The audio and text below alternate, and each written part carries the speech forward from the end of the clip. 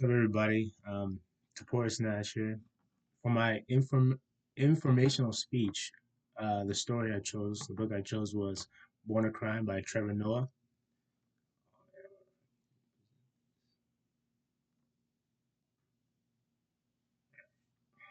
It's a little better. So yeah, Born a Crime by Trevor Noah.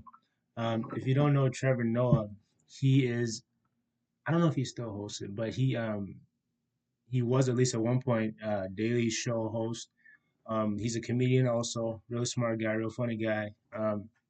He was originally he's a mixed race. Um, his father from Germany, I believe, and his mother from South Africa. Um, so that'll be important as we continue here. Um, but yeah, this is just a little bit of background of him. I tried to find. I don't know if he's still hosting the show, but either way, he was a really funny guy. And he wrote a memoir about himself, basically, and how he grew up in pretty much post-apartheid South Africa, right? So getting into that, I mean, talking about the book overall, I got a few notes here. The book I usually like nonfiction books, but still, I think this book, um, well, this is a nonfiction book, but I don't know, not really memoirs are more my kind of thing, but even still, this one I felt that there's a lot of valid lessons to be learned through here. Trevor was born and he had many obstacles, right? Um, there's race war, apartheid. He was born and he was born into a poor family, so he had many struggles to overcome, like family struggles. We'll talk about that more later. Um, but through hard work and perseverance and doing what he had to do to open as many doors as he could possibly, as well as his mother laying the groundwork for him, it was able to bring him from his situation to where he is now. So that's an important lesson I think anybody can apply. Like I wrote, knowledge is important because it opened many doors. Something he did, what was really beneficial and changed his life. His mother really influenced him to learn as many languages as possible, especially English. So he learned as many languages as he could, and he learned English. And as you can as you can see, it definitely benefited him in the long run. So, and also, I mean, I think for the climax of this book, I won't spoil it because it's kind of crazy. Um, if you're a Christian, it might have an additional lesson learned at the end.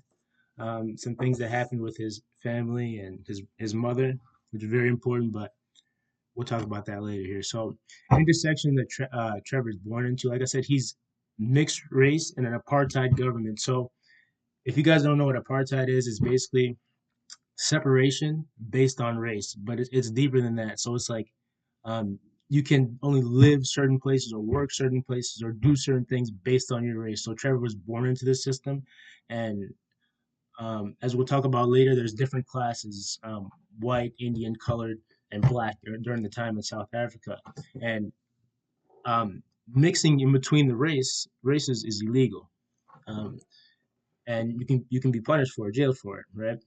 So Trevor being born of a white a white father and a black mother, he's a crime just by living, So and him being around and being present, being seen, can cause problems for him and his family, like dangerous problems. So he's grown up in this whole struggle, And during this time is also like interracial struggles in South Africa.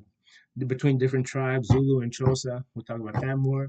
And he's going through an interfamily struggle. We see later on through the book, Trevor's mother marries another man named Abel, and Trevor doesn't really get along with Abel. That's who's his stepfather, which is something we kind of I saw some similarities there, but as you can see, that dynamic becomes more important, and that struggle really impacts Trevor in a great deal. So he's dealing with all these type of things at the same time. This is just more about apartheid South Africa or post apartheid South Africa. So like I said in the beginning, groups were classified, right? White, Indian, colored, black, and it was like that, right? There was an order, and you couldn't work certain places, you couldn't live certain places, you couldn't do certain things, you couldn't go to certain churches. Actually, as a matter of fact, um, Trevor's mother took him and his siblings to three different churches. Uh, one white, one mixed, and one black. I think that's how it was. Yep. So three different church services on Sundays based on race, right? But so everything was sectioned. Like you couldn't do anything if you weren't according to that race in that area, right? But and um, the whole time people were protesting against apartheid here. So in the early 1990s is when really movements start happening. But by 1994, I wrote here, Nelson Mandela cast his vote in the first free democratic election in South Africa, and this kind of marked the end of apartheid rule because before this, black or non-whites were not able to vote. You know what I mean? So he was able to cast his vote, and later that year, um, May 10th, he became the first black South African president. So apartheid stopped. I mean, obviously, it takes a long time to get rid of racism. I don't think you can ever get rid of racism, but the apartheid rules begin to break down, and people begin to integrate within each other, which majority of the people were already thought that was a good idea, but obviously there was a few wealthy elites who were going against it for the longest of times, right? So this is just a quote I got from the Britannica. It was very hard to find like research articles, more of history articles on this type of stuff, and it was actually hard to find recent stuff. Most of it was old, but either way, this just kind of talks about how people were separated and what kind of laws led to this apartheid and separation.